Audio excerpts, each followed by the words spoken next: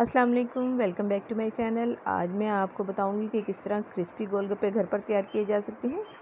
बाकी लवाज़मात तो सब तैयार कर ही लेते हैं, लेकिन सबसे ज़्यादा मसला गोलगप्पे बनाने में आता है कि या तो वो फूलते नहीं, अगर फूल जाएँ तो वो थोड़ी देर बाद सॉफ्ट हो जाते हैं।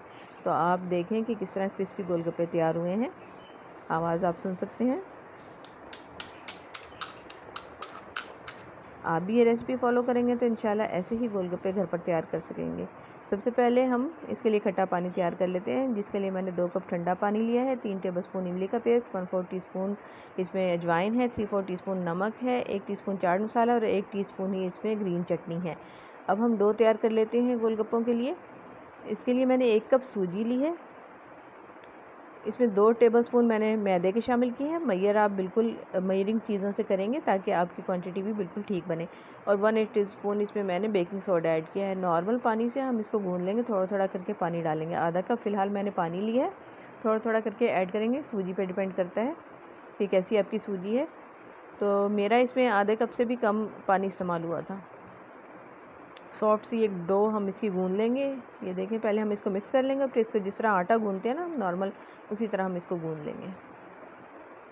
जैसे जैसे हम इसको गूंदते जाएंगे ना तो हमें फ़ील होना शुरू हो जाएगा कि एक डो की शेप में आ रही है। ये देखें, हमने गूंद लिया इसको, डो को। अब इसको थोड़ा सा पानी ऊपर से मैं लगा दूँगी ताकि ये ड्राई ना हो जाए, और इसको किसी पॉलीथीन वगैरह से मैं अच्छे से कवर करके आधे घंटे के लिए रख दूँगी। रेस्ट देना ज़रूरी है ताकि सूजी फूल जाए। आधे घंटे बाद देखें हमारी डो तैयार हो गई है। अब इसको दोबारा से हम 1-2 दफ़ा गूंद लेंगे, और इसको मैंने 2 हिस्सों में डिवाइड करके इसका पेड़ा बना लिया है। आधे को मैं दोबारा से कवर करके रख दूँगी, बाद में इसको बेल लूँगी। अब थोड़ा सा मैदा डस्ट करके मैं इसको बिल्कुल थिन बेल लूँगी।